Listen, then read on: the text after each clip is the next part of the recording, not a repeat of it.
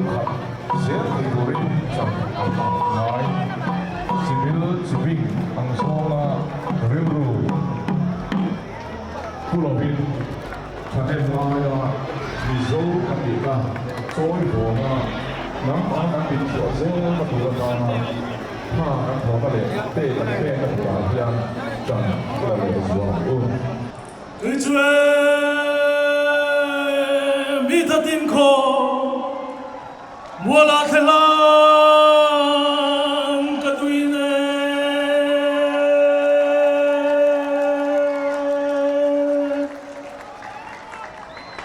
luchwe thamva puale herloe loisam kalwe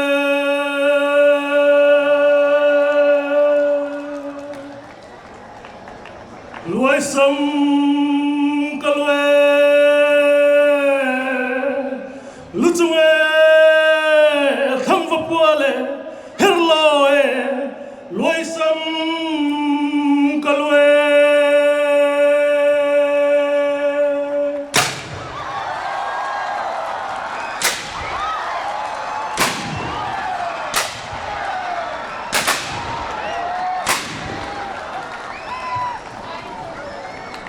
Tura kan program bulchan na lado sama silai ka prutikha Mizo Cultural Organization MCO angni kan lom tak zet ani Kut Pa Chief Minister Pu Zoramthanga le Central Minister Zom tak le Zofa ule dau Melo Chief Tu Zong le helaya Kut Chim Tura local Zong Teu sang ni le som ni le pathum Chapchar Kut sibai ka bu ka cheu kan riat la nangin kan pi pu ten Chapchar Kut uluk takin an put pui berangain an mang thila voila covid inamin ti boy nuwa atan culture le wai me te bo saya Chapchar Kut libom takkan mang thei hi pathian mal somna niya alo bom ka tak me wane kan pi pu te khan narim takidan thoka lo hal ma an olen lai tunang huna hian Chapchar Kut ursul takidan mang thina in rem na kut te po an ti thina ne voina hi chuan tu ma in ti thiam lo le nu pa te po in hau oi lo an ti thina ne kan pi pu te nun moi le an se kha te chom nun se ni la a thalo lai pai ngam bok ila Chapchar Kut hi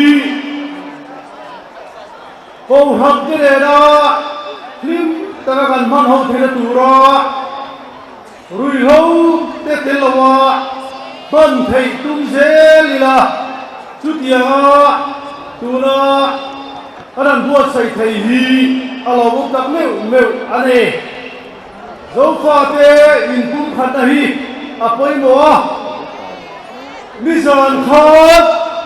kan mu zen lo chong moi le khan chuana arin dia Zofate Inpumkhatna in mangai na in lai da ton na nen he Chapchar Kut local song le mun thang local te in di real amu Chapchar Kut lin da mang turin du sa da ha da cheu hello me Mizoram Legislative Assembly Speaker Zom tak ani kan lobe tuna chuan sangi sambi pathum Chapchar Kut Hon'ble Saturin ropui branch wai me kan so manga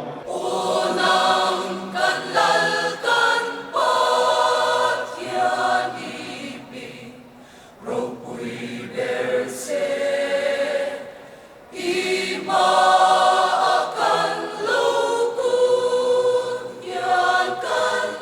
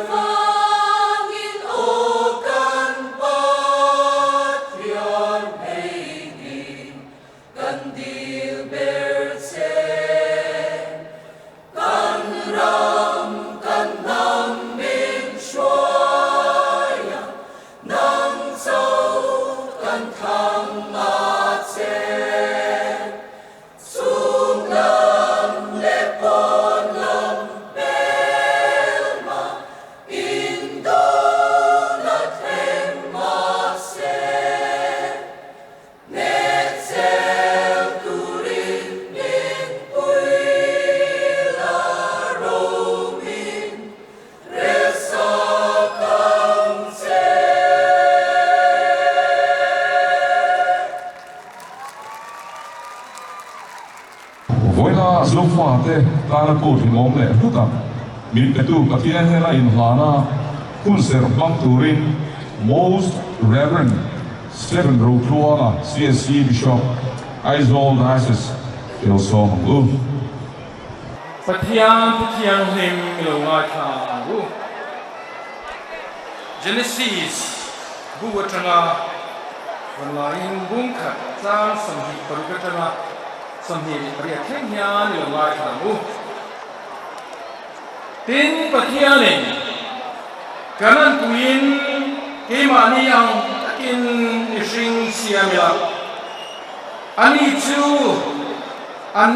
tuitin riya aksama sumate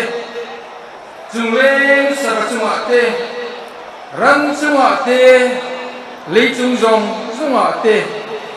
ran nung leya bawk ka kalzong zong sumate thu inei tirang u atia kecuan pathianin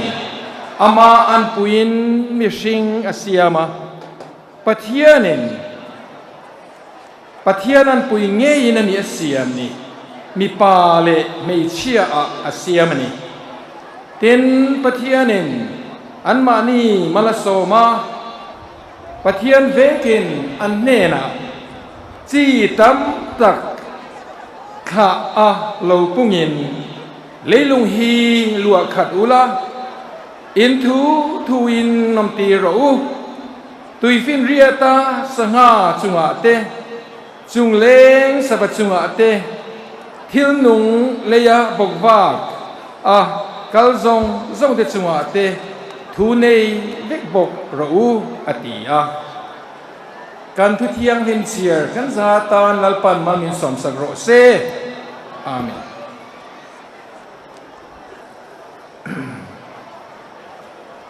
Kut Pa Pu Zoramthanga Hon'ble Chief Minister and thlengtu Pu Lalrinliana Sailo Hon'ble Speaker Le Central Minister, all the Central Ministers, our state guests, and mipui rong zokte ku no mam tak chibai kabu kachu hey pathian kai shuai na le hum him na nuaya thupui lagat chang a bawduak thiang le zalian zokin voina chapchar kut kantana kut pui le ropui poi mo e mai hun ser mang tura nenon ruat tu te lom ketia kan fiat angin he chapchar kut hi pi le pu te kun mai chang to kut pui le limom zo mi pui min sui khom tu khotina te alo ni to china tin mal som na khen tu te o alo ni to china tun truma po kan ram thuai tu te rem ruat na kai suai na thata nuaya hey kum dang le ku dang kan nei ngai lo angin chapchar kut den chen hian group of 20 G20 meeting kan ho tu ten ruam man nan sian hi alo mom tak bin ka sia kan tan kan ram kan mi putan le ram tan puwa mal som na sa le zuar khen tu ani nge po kan dei sei ani ke chuan tu na pathian tu thiang kan ngai kha kan khan pathian ni le le wa na siama chung zong ro ra tu chen bi hring te thil siam zong chung nung deri na man puin a siamani ke chuan pathian in trong sang le nam je sang nein van hoi nam tin te a siama ke ni mi zo te po hi helai mar sakil kho taka nam ngom khata min siamin trobul le kha tu te po in sul khat chuak in nam je sang le ti dan customary tradition te nei long khata min siamani chula chuan voina kan highlight du trong kam hi kan highlight du chu kan missionary te kal kan chan chen thai he kan zoram hi nin ron lu chin ma poin kan pi le pu te kha tu te atanga kan nam identity le kan nam ro lu ber glom ngai na te rin om na te tai mak na te dik na te ข้าเฮ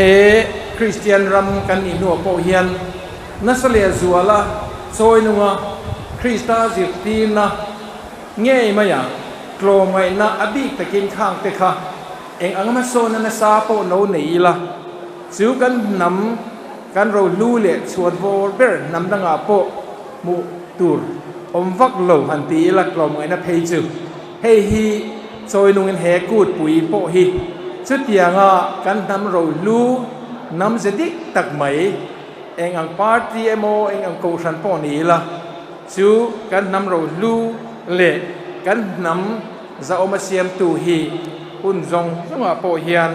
อาลูฟุลเซล่ะนิสุยคอมตูปอยโมเบอร์ลงในตูรินปะเทียนเนนะกันดีเลยนี่ It's a matter of great joy and blessing that respected state government officials arranged this Chapchar Kut coinciding with the B20 meeting, and this our most important, biggest traditional customal festival. And I wish all those delegates coming from outside of our country, our state, the choicest blessing upon them, that God bless them and bless this meeting. Itong try ang Lalpa Mizoten nang ma kan riat ma atrang toa pile pute hun lai atrang toa an hun pui berle an lo ha lel chine em nangin voinia min shuai khenga kan mi zo mi pui ten na ten voini hian lom thu inena kan an hla na ni nangin he ku ro pui takhi nang ma kan riat lo la ya chang le kan riat ma pua mal min som sak thina van nei na tam tak lo chuan na ra I lo siam tong khan he kut pu ya hian chu mal som na chu athara ron khen turin voini hian kan han di la tuna po mizomi puitele kan ram shuai tu te kan sarkar ho tu te zong le rami pui mun po na changa e chim tu local te lalpai mal som na kut pui alo ni theinan nangin kan ram kan ron voini hian kan ron dil le ani nakin kan ram bo ruak thiang le ram ngo le nung cha te le kan ram ti lu tu kan nei chun kan thing le mau te le te alo him le zuala alo that zual ze zok the na tu ren kan ram kan on dil bok chi ani tin kan ram mi pui le achunga cheng ram sa le nung cha tin reng te nangin ilo ruat angin nangin mal som in tin heng zong ti chang klung deu dewa lo house deu turin kan ngen bok che ni ti chuanin kan thla tu te pi le pu te tanga kan ro lu le kan nam min siam tu nam nun ti cha thei tu laka lalpa min hum himla sual tin reng laka nangin min te fili min kan nam ro lu tlom ngai na rin om na dik na tai mang na te le tin nam khat kan yanga in pum khat na le thurwal na sa jok ne na he iram hi kan siam thar thina turin he ku po hi mal soma pum khat na kan pui ni anga in lung rual na thin lung hun khat puwa kan zawaya ring tu te kan yanga kan pen zel thina turin e khoi na kan lalpai so krista mingin kan ron di le amen le tu na chuan in na thu soi turin pu adal heta president central waime ilo somong kan Kut Pa kan Chief Minister tak Pu Zoramthanga ko thengtu kan Speaker Pu Lalrinliana Union Minister tak le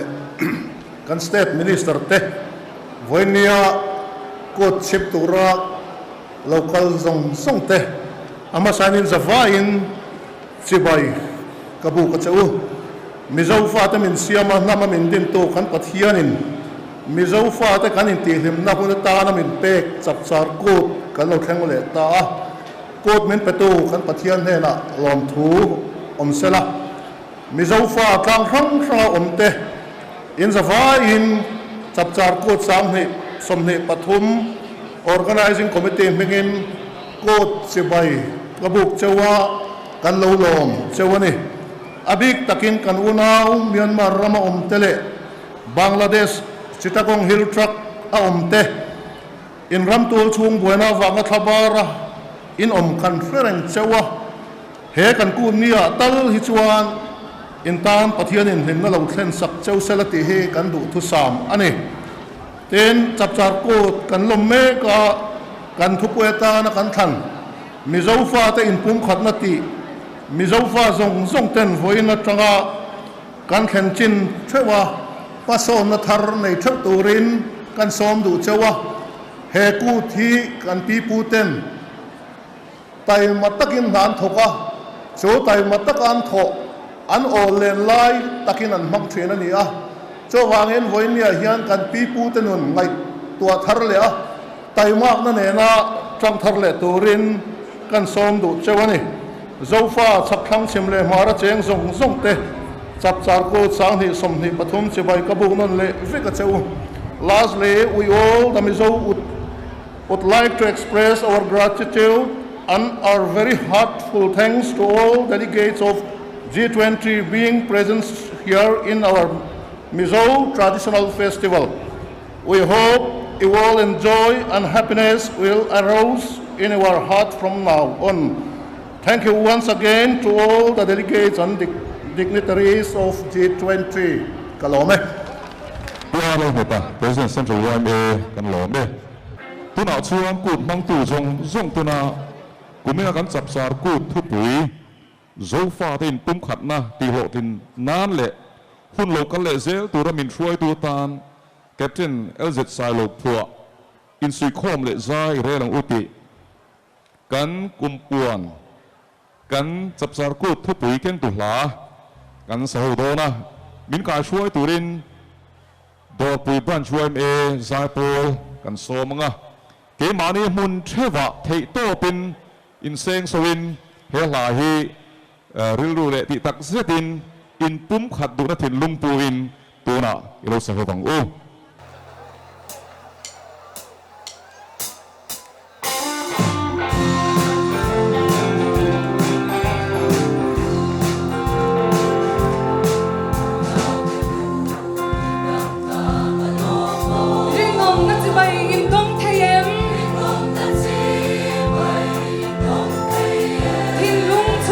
Zoram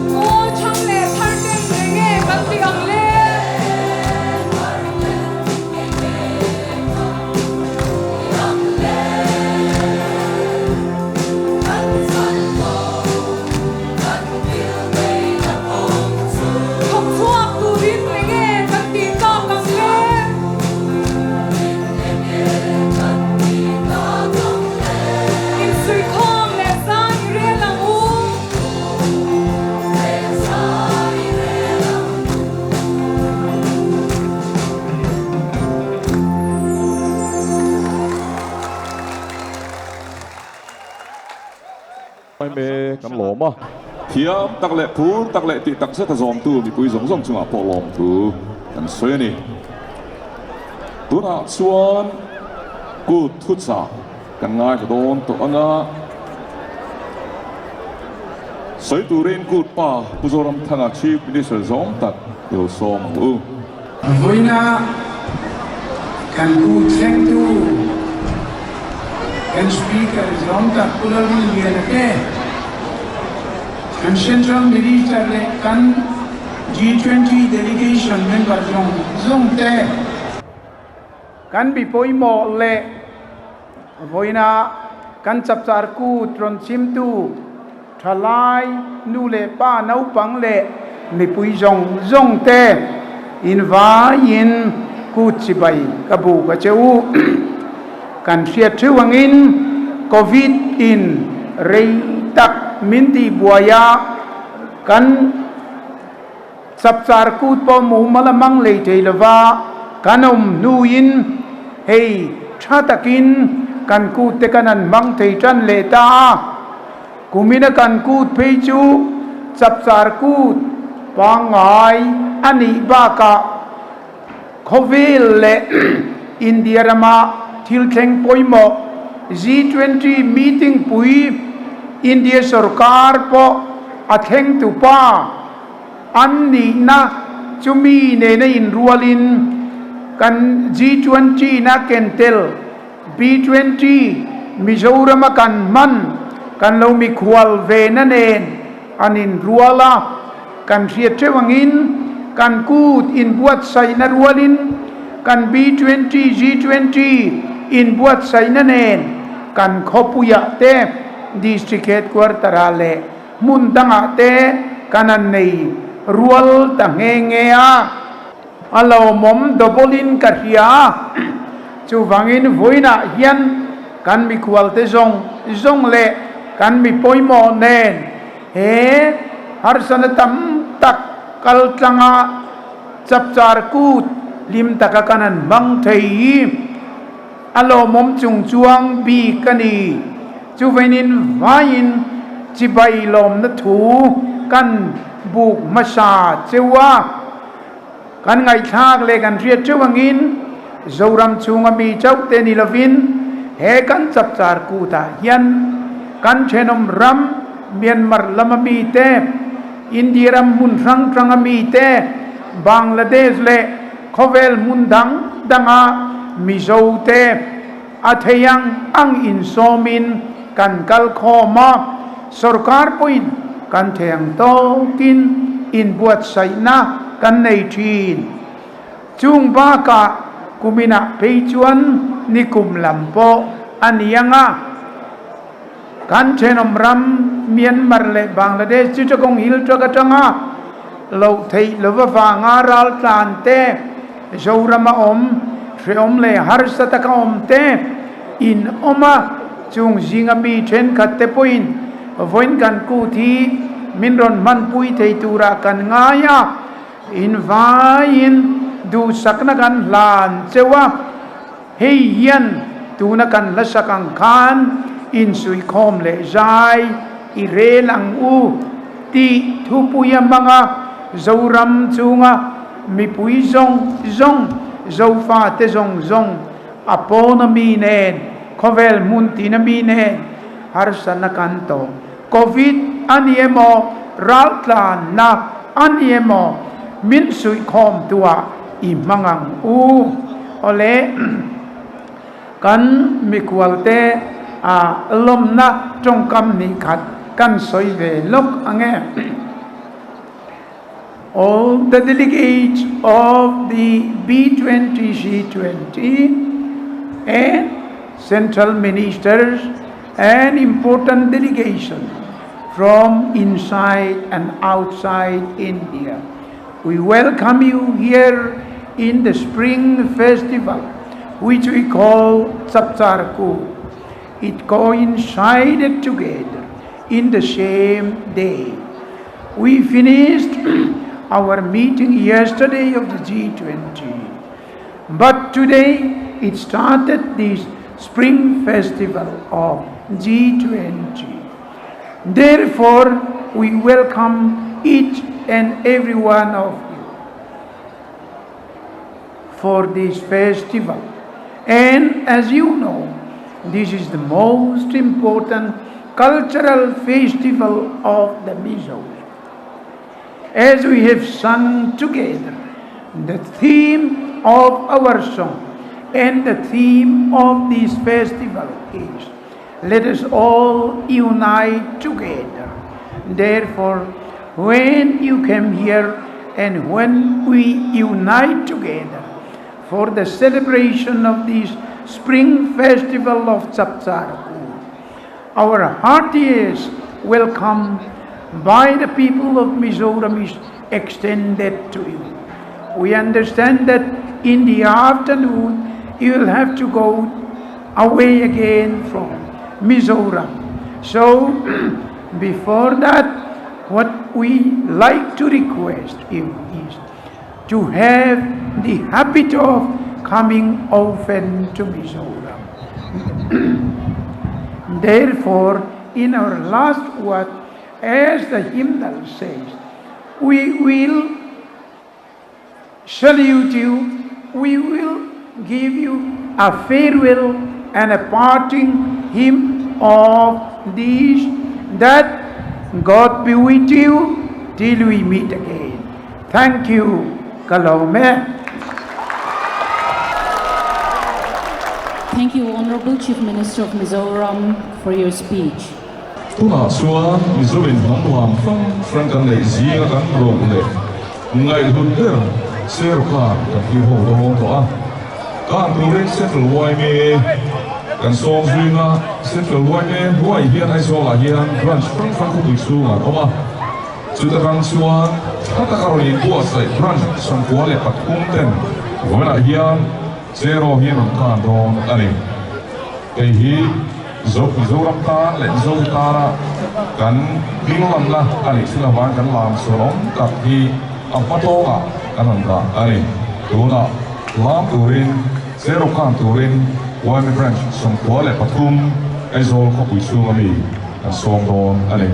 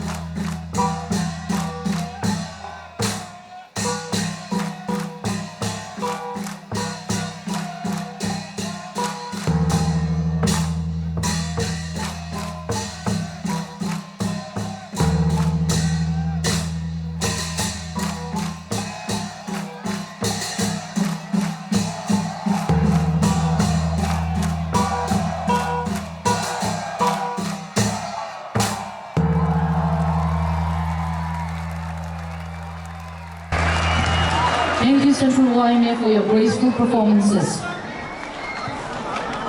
Serukan ropui hutnom kan Lammual sudah dalam motivasi tu kapin dua mah hier kan di Hon'ble ni tu nak suan lam num kan di dongnya ni lam hunong kat hian deh han leh deh bukan boleh asal omai lam hi Mizoram Cultural Artists Association MCAA lam doring kan somla dan lehi Zoramthanga di poimo di trangkan ani sela tu lahir kan hero don ani khai kan ngọ phak vào thà kan lâu chuang cái lệ ta reng mấy không nghe thần chuang pa kha khuang hàn beng la ôi thằng pa lộ dài nghề mày khán khai lung lên rây tổ bốc lâu lắm na kan dấu tập bốc không nghe kan Chapchar Kut na chu lim le lom takin puan pui so rang tuk in lamin za hian thai teang không nghe kan la kha hian te teang o không nghe ôi thằng pa lộ dài hin buông pui varual hilung zur mo Leltenun nem ro dang le o yakive afore lung le something le ra intiam o buông ko pui val rual hilung zur mo zur mo Leltenun nem ro dang le o yakive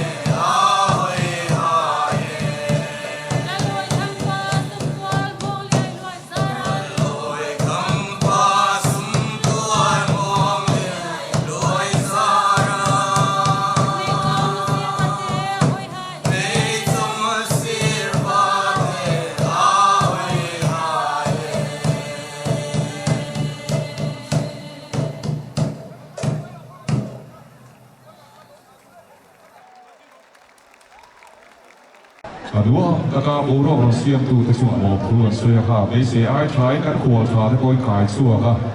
กันลามโดระอรอิงถกเตกันลองผักเส้นไอ้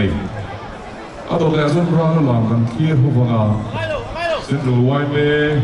กันซ้อมละหัวหน้าเราลามยินเอ็ดดี้ตูตะฮีแต่แค่เพียงทางบรันช์ไว้เมอันนี้อ่ะ So, ladies and gentlemen, here's Ralula. กันปีเล่ปูตะขาขดชักกระดิ่งขดหลังอารมณ์ตะทะเจล่ะอามาจงนำจะเปลงช่างแต่อินเงเดียลอมถีบขาเล่นล่างเล่เดียวรันเข็นท่ากระดิ่งจิบิลนำช่างเตอินละช่างอินท่าขัดเล่อูนาวโปอันละช่างตะเตียล่ะอินโตเลอินรูนันจิงตารำสลัดให้ปัสสาวะเตปัสสาวะนับโปราลุลักเตอลาวเนตเจล่ะรำสกัดให้ละดาวโปไล่นับเวลาอติระเพยชวนละดาวเล่โปลาชูอันมันโปละนี่ขั้วเราเรชวนโปลาชูราลุลักะเจ้ามันทินอันนี้ชาวตานี่โปลาชูมีนราเลฐานมุนาเตขลุโดนขดายะเตเลราลุลามนับมุนาเตอันช่ำทินรัลติดน้ำมันเล่มุนรัลม่วงเหล่านี้จ้างปีฝังอินรัลฐานน้ำมันชวนโบลัดชามารมเหล่าฟ้าวะขลุโดนเล่รัลไอนะมิลุลามน่าเอโรชวนอันช่ำเงยถินรัลทัดโหลำฮีละมาวิวมาเสควรลุดงัลไงลวะขดายะควรหักทิมพัดถินควรเอาทิมชวนโบลัดชามินตลางันคลิรถินตลางคิรทอมันเชียดชวนขดชูมีแต่ชวนอันปัสสาวะเตรำมูนันหงอันนี้ที่อันเสียหลังวาลหวินโจลบุกันปั้นโคมาสิลายินอันนี้เทมเทียมคลุกทีนั่นนี่นลาเตซูอาร์กเจียกเสียมินันมันเลลาอตุกะปัสสาวะเหลาหงตะมัวกินมัวโจลันปั้นโคมาปัสสาวะรำชุกเตซูนลาเตนอาร์กเจียกันบานาลัลนูเลอมเทยตุกเตจวนทินาเตทิมัลเตทิเฟนเตอันบาดบกะรัลทัดปัสสาวะเตจวนโชนันตนาเฮงเตหิอันง่ายลุเอมันนี่อินละมาเราอมเต็นอันปัสสาวะเตจอยมวยนานเละอันมานี่เราลมนานันลามาอันมูนองเอมันนี่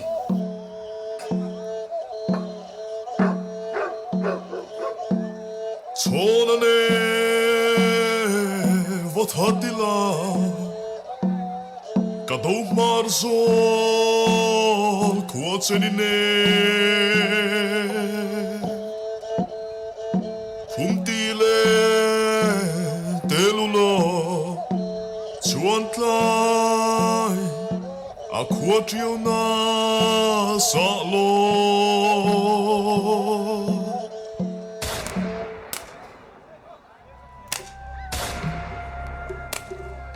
อุ้ยชานี่จูกันปัสสาวะเตรมูอันว่าโหลดเรื่องอันนี้จูอันว่าหันโลมอมเนี่ยมาเสียชานี่วันด้วยตัวขินอมเวียโจกะดามินันเราเกี่ยวเล่เฟกังเอ็มเลียอุ้ยกี่จูทันช่างฮีเราเกี่ยวเวียเราจิงอ่ะเตลังติกับวันเล้าตักชานี่เล้าท่องสู่อันนี้เพยจูมิรัลสลาลักกะอังไงตัวอมเราเปรซิงมีเนียงจูโคเตะอาร์กเซียกเตปปวดใส่ง่ายนี่จูอีบานตีร์ไลน์กะเราเอ็นอุลุกเวียวังเจ้านังนี่ปกกะเราเอ็นมุนเวียวังเจ้าอันดำดูนมังจูมัว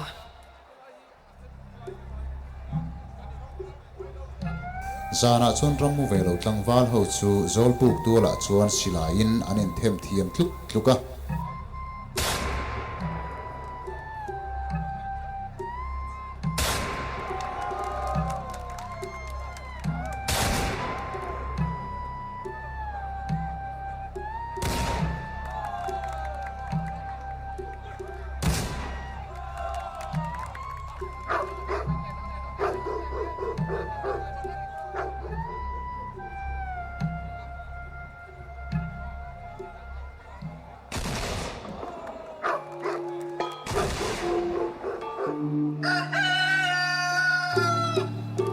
ค่อยลูง่ายขัดเท้ารูกันปัสสาวะรำมูแต่หลวงทิ้งนันเราหงอ่ะนักตุกะลัลมัวละอันมานี่มัวกินกัลโคมเวกตูร์อันนี้จะฟูนังไงเองง่ายโลก็ผมนั่งเจอหลังอาป่ะอีมงอาคารุลหูตัวเมย์อีปีว่าเคยชดตีรอ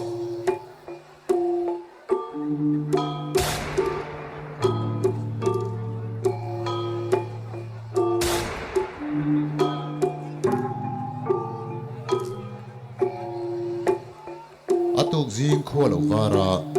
khomi pui te chu milu lam tur chuan an pu sa ta tlup maya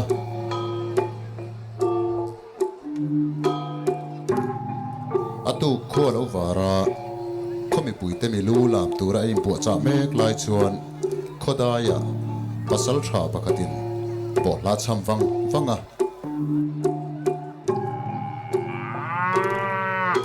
chonane vathatila kado marzo khuachenine kumtile telulo chuan tlai khuatiau na salo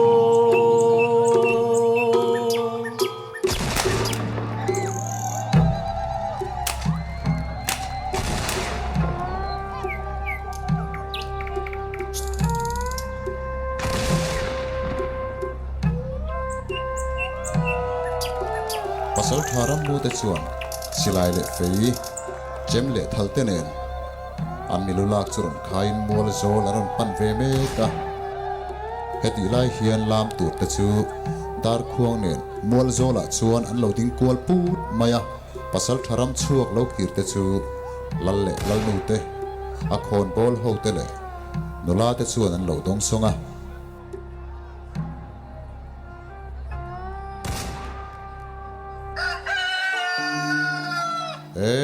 khai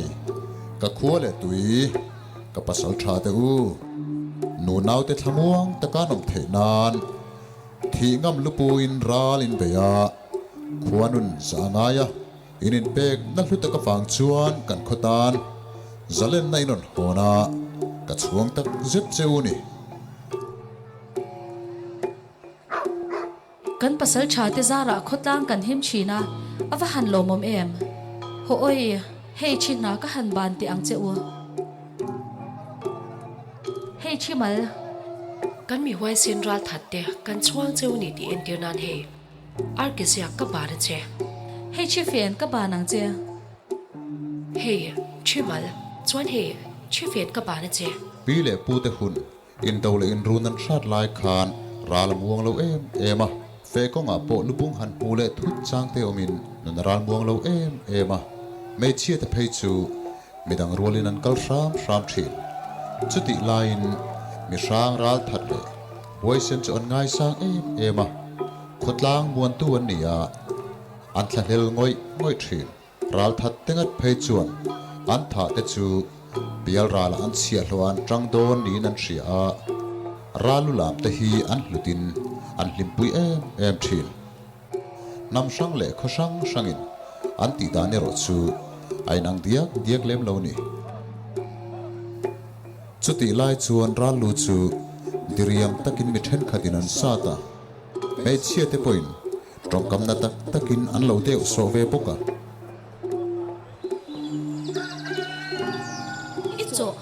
icho biara la po kan khotlang wal de chia lo ni zel tur icho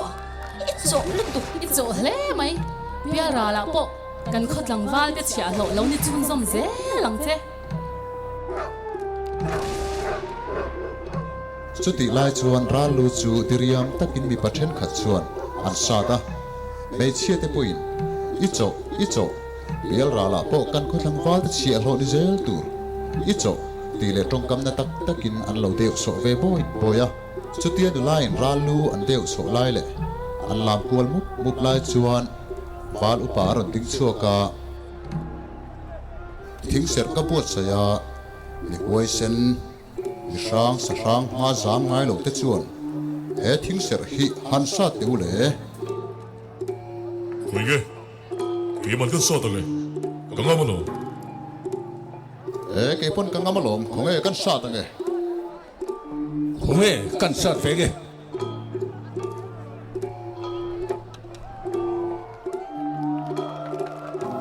milu lam ni hi kan pi le pu te hun lai kha chuan lal le khon bol upa ten an pasal tha te ropui ta kan choi moi na ni kan ti theo me an ho ka va liam ve ram cha son ka ngaye tial hiane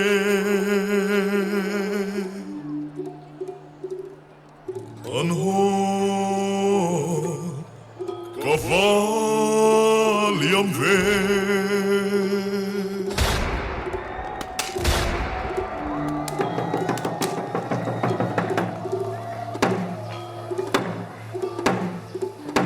heti mek lai hian ramu ve lo ten pasal tha te hlo tin lom nan le an mani choi moi nan lam an lo thai ve mek boka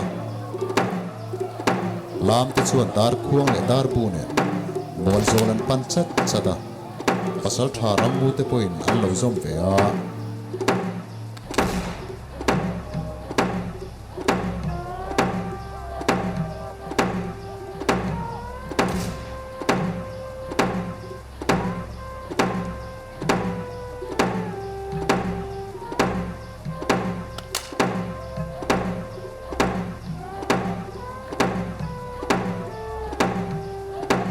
lam lain mi pakhatin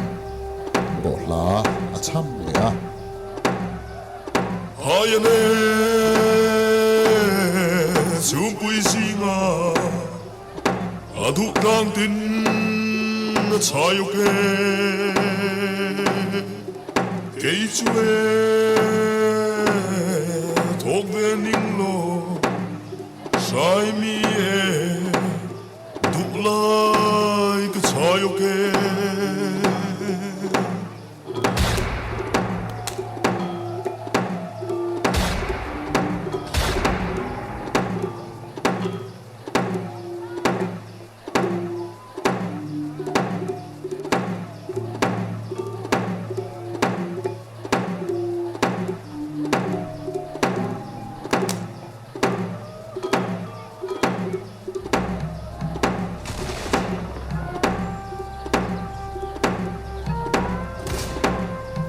lam lain pasal tha pakhatin malcho lo pe a hey malcho ka velamin ka pe je lam thangi rapanga lam chak karap zelam I mei thal choi khazop sela ke mei thal choi I thin lei lung tar se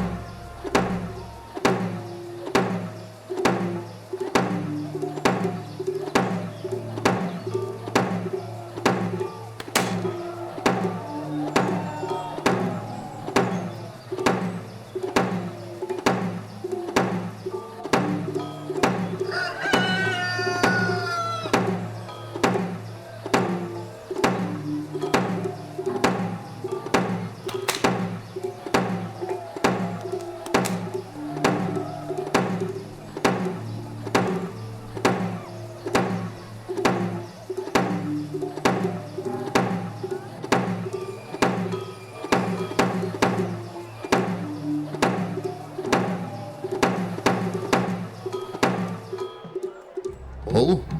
kan ralu hi kot chua salama iwa khayang ule.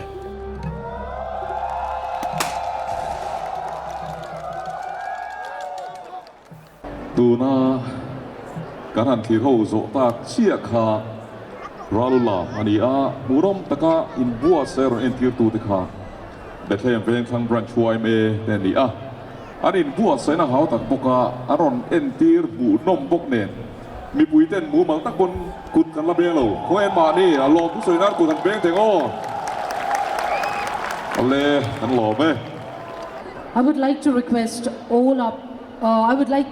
our LO to prepare our delegates for Chawhma, which will later be observed in our program. On the late afternoon of the Kut, children,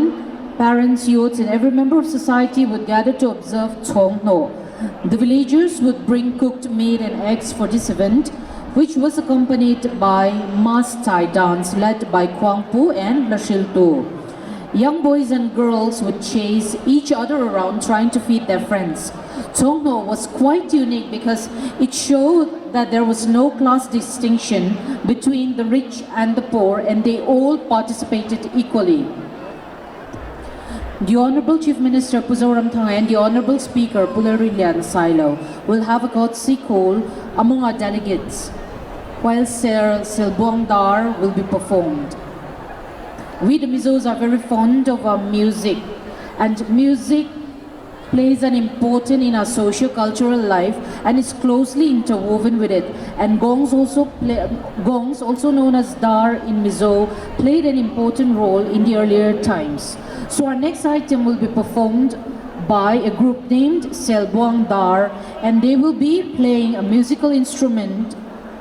called darbu. Selbuang Dar is one of the most prized and valued gongs of the Mizo, famous for its beautiful and melodious sound. It is considered to be more than 200 years old. It once since belonged to the famous Sailo chief, Vutaya. After the death of Vutaya, the gong was passed down to his son, Chawhma, the famous Sailo chief of Viate village. After the death of Chawhma, the gong was handed down to his eldest son, Zofate Sailo. In the year 1915, the famous Hon'ble chief Chawhma brought this gong for 300 rupees, which was equal to 10 mithun.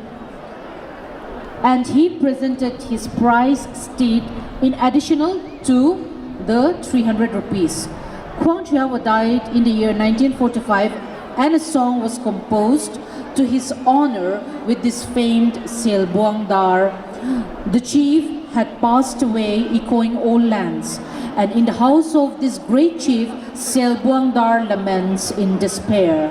Today we are going to perform 4 gong songs, namely Kalro, Darzor, Darlam, and Songlai, in the unison with the dance of the gong, which was practiced by our ancestors in the olden days. Ladies and gentlemen, here's Selbuang Dar group.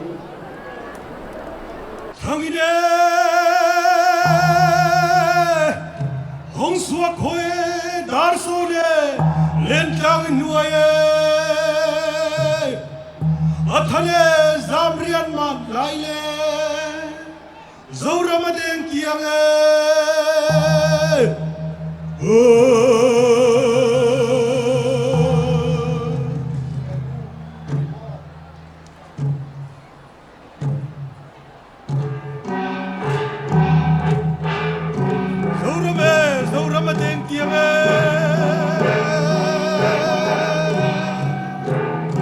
athane zarbian man laile zoramadeng kiange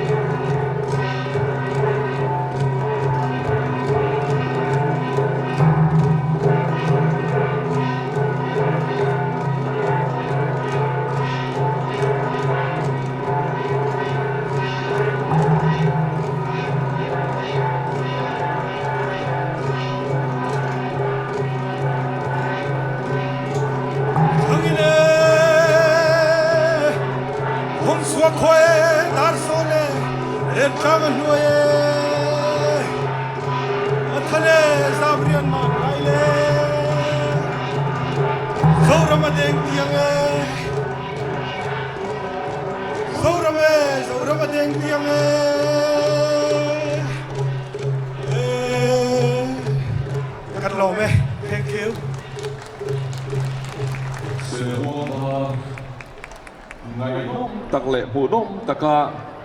ron tumaron entir tu te sunga lom thu kan soe adok lea chuan mizo in fiam na kan thlir hofanga barricade chunga hian stage malawa hian ron entir dona entir tu te Mizoram Indigenous Games Association ani a ka an kai chuai na huaya sakor tui chun bran chuai me ten aron entir don ani tun chuma hian in fiam sang som ni le pathum anon entir dona apuan bik tur pong nei thei don lova chi sang mual ina dai angin anon in sim sai mai dona ti hian an puang mai la thlange anon entir tur te chu in ar pasual in ar pathai in buan in chai in buvor in koiba in kepir in sai sui po in sesik in sukher in suknor choi lung in choi siak in vokpui nor kalchet in vor ketaminut lam saku uilut zong leilon dim dim tolai lir khal in fuizuan in Kut Pa in vai ba le saphing pet anidona. I will now call upon Mizoram Indigenous Games Association to present the different types of indigenous games of the Mizo people.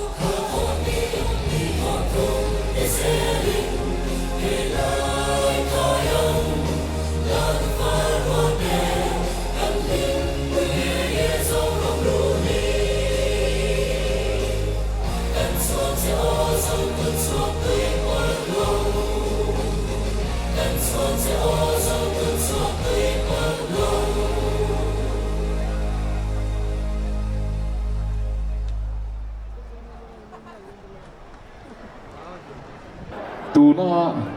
kanan khir zotak chia kha mizo infiam na frang somni re pathum Mizoram Indigenous Games Association kai shwaya sakor tu chun branch wai me tena non enti ani a bu nom in mit atlai hle mai in chunga kan lome lom thu soi na ni pa formin a thei thei kut beng ve le tengo pu tu rakhat sia khotlang na poi puya in bua sai ngai ani vai in hun le tha tam tak in seng ti kan fia kan lom tak zet ani adot le a chuan art and culture lel te kan ti mai tuna chuan mizo lel te po ti tai la ein pu zero me ke si run rem sangi kan som nga mizo ten pi pu thanga la le zai dan kan lo nei mangin kut bang tu te ke si run rem sangin minoi do na ani hi art and culture athok art and culture lel te kan ti ki vong vong chin kha ni a mizo pi pu sai thang thang te si nga salam tu le vong him tu em mo sa si nga pakhat ani a chu amo phurna ko tai la kan sa ta na amo tu na ko ni na india sarkar chuan hemi ko nga ko ho sia sia in civil mi de na choi moi na ape khin padma shri award tu tak chu ape thu tu na ya dong thei du ri nei bo sai me ka central lama don hun an bo hun na liam ka india president ne na na he lo man hu tak ki dong tu ra be sei me ani den tu chu ma hian asai hi ama asai ka ti rualin kum dang song aya mu nom i mu nom tu tu kan nei ber mak maya he hi kan wa ni ka ko ani o me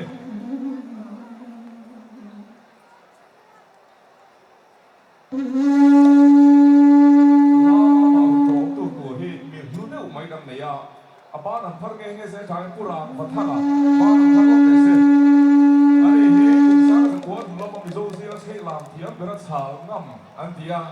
ka hun lang phal kum sokriat le patni mang me ani a o lian thain a viak ala tha a an la ma na in o lo hia be the chu chu hona yen ke si rum rem sang e azai pa ga hian azai to tu là buồn sẽ thủ căn đầy bụng anh ấy với là càng lúc căn thấy căn lốp để lốp thứ mà xảy ra anh ấy anh tin ngày mùa buông khóc bụi hụt thang valim thang valim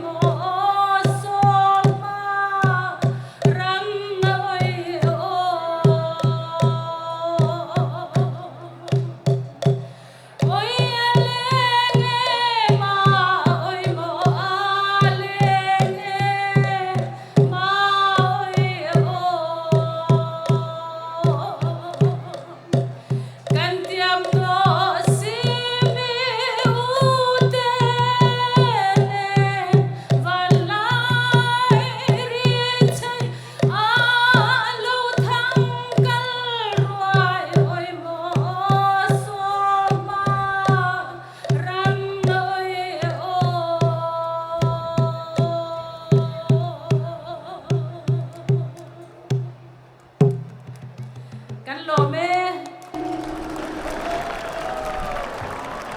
ke si runem sangi amoy thin vol mange omoy tin taka ni han sai thi hi chu beng afa ani kan lom tak set ani adot le chuan namin chi en tina kun kan bang le ve thunga asap trong takin costume show ani a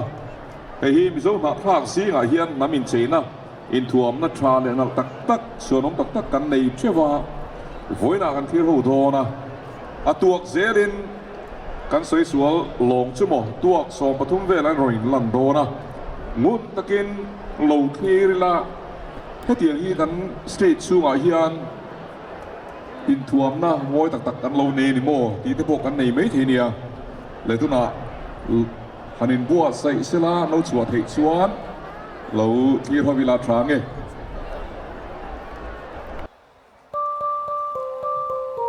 khoi takin an lu na tu a lu ka thang bi ni ho te min lo min dia ji bi me lo na ma ne tu na bi no kan le tiap suo ma ma ji do ta na se sa ni ma na ma ji te lo mai tan ai mai ra le tu au to sia ta su ta an mang tu a dong le bi tua por le por lang kia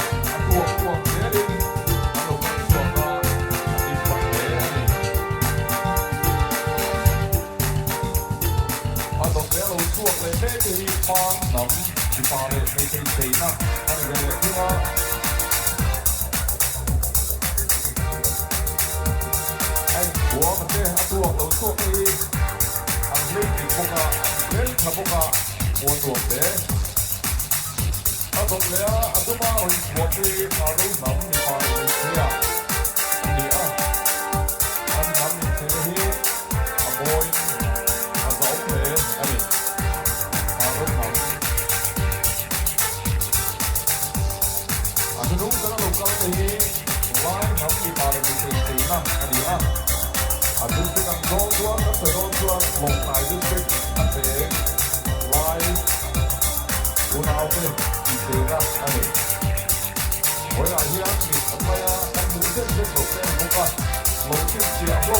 Hei la thang ni. Kumana akan buat dia kan mulu buat ini kita tu ni anak kita ni lima orang tua tapi ini hampir boleh ada.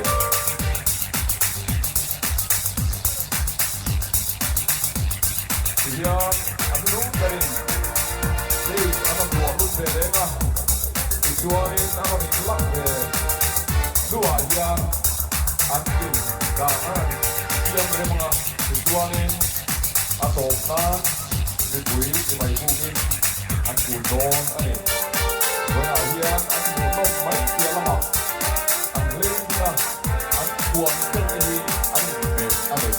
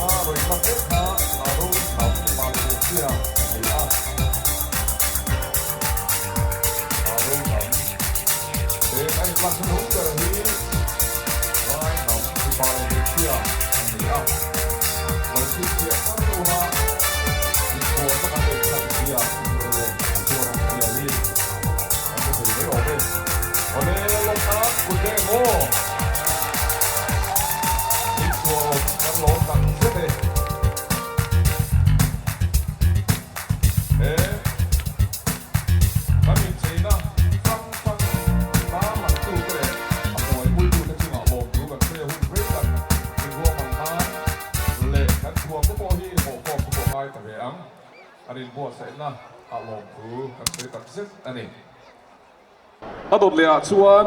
sar lam kai kan thlir hawanga lammu nom zinga mi pakhat ani kha Mizoram pon a pokan fe chuwa pui fo mai ania central wai me kan so manga eng tiang tangin nge anon in buat sai kan phelo vain buat sai hau deu zelanga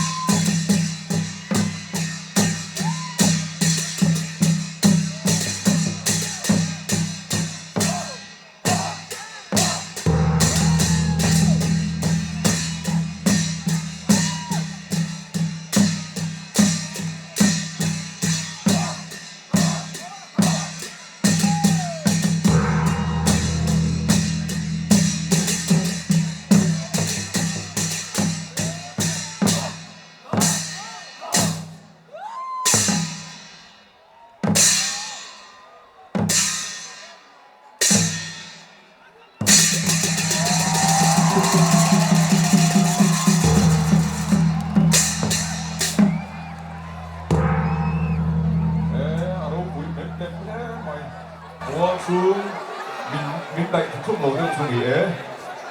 wan me pran sang sang sama ka tir turo kan zong zong tele moi taka hoina namla turo ne tir wa ni long tu kan sile chu kan long tak zet ani Lom thu soi tu rin pi Carol VLMS Dong Kimi Director Art and Culture Department and Som Donia thglengtu Pu Lalrinliana Sailo.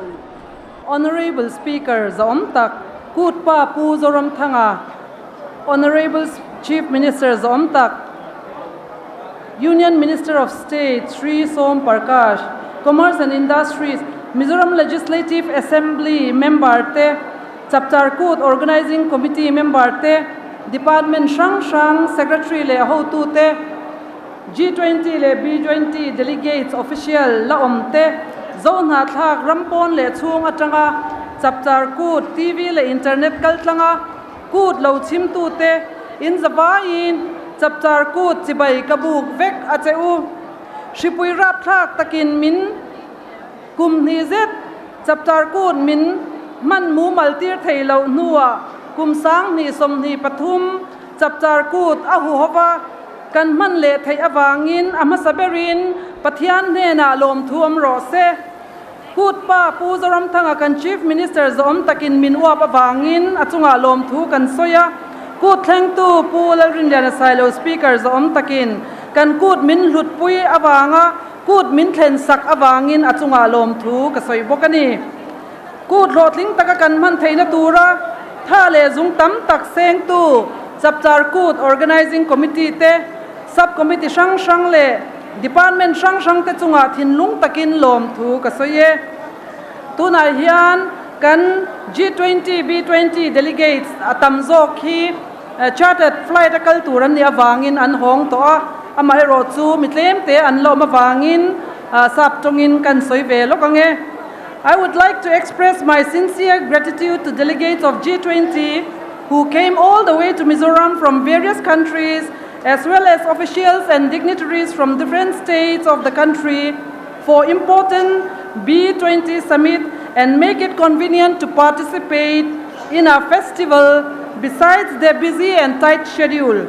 It is a privilege for us to have you among our midst in celebration and observation of our grandest festival, Chapchar Kut. We are looking forward to have you here at Chapchar Kut celebration in the future. I wish all the delegates a safe journey back to their respective homes. Chapchar Kut hi sumle pai tel lo chuan lotling takaman thei anilova kut man na tura poimo sumle pai min petu kan Kut Pa le Chapchar Kut Organizing Committee Chairman ni bok kan Chief Minister Zofate le Finance Department Planning Department te chunga lom thu ka soya chu mei ba ka G20 mi kwal te kan thlendon awangin sum tam tak kan mamo bela NEC North Eastern Council Shillongin sum thanem tak min pek awanga lom thu ka soirwalin hemi atana theito pamma min lak saktu kan Chief Minister le kan Secretary kan Chief Secretary P Renu Sharma te chunga lom thu ka soyani he kut hi nam thil le mi puita ani angin mi pakhat chau tho thei ani lowa Central YMA le Aizol Khochunga YMA branch shang shwai tu le member te MUP MHEP MZE MD MDO MCAL le MCO te chunga lom thu ka soya Central YMA page 1 tha le zung an sen na sat ber thin mei pia lama kumin big page 1 G20 program awangin nasa takatlom ngai choin anin siam rema abik takin Art and Culture Department hi Nodal Department kan ni na angin Central YMA shwai tu te chunga lom thu kan soi tak meu ani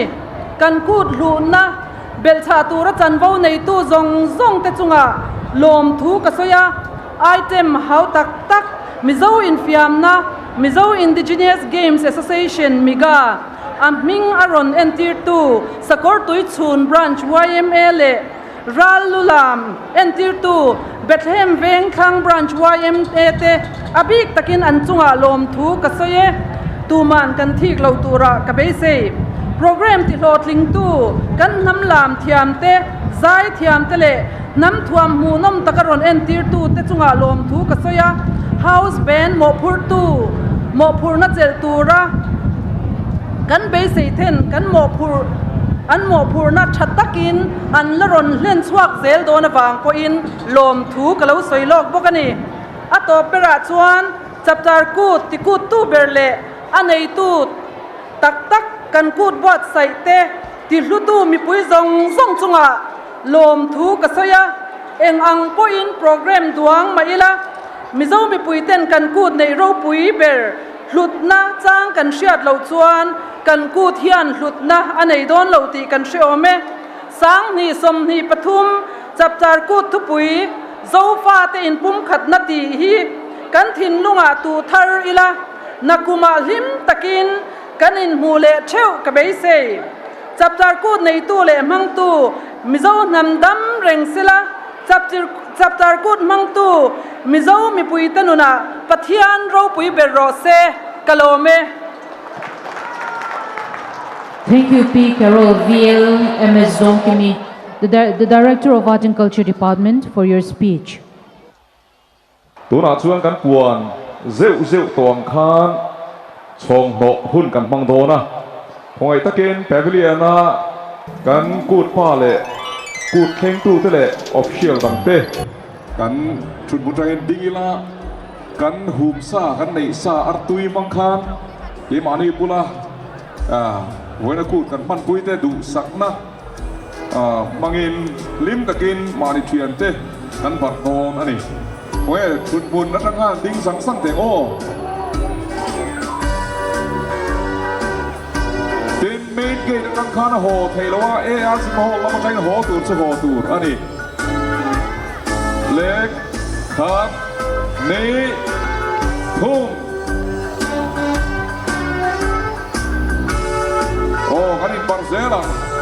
kanin barzelang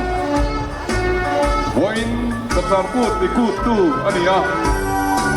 du sak takin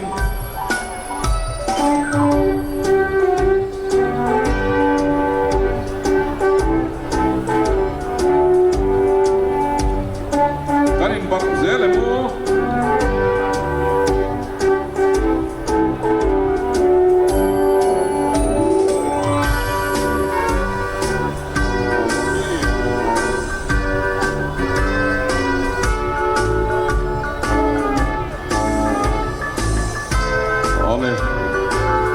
kanin barzo to suan chut buna rep le hi thla puan le thlai na tham ni lo ba sela kanin du sakna manga chong no hun manga kana in bang liam okna thelo mong takani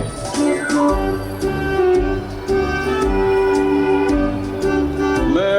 hun hatna ti khan kan zo hun ni na kan lu le don the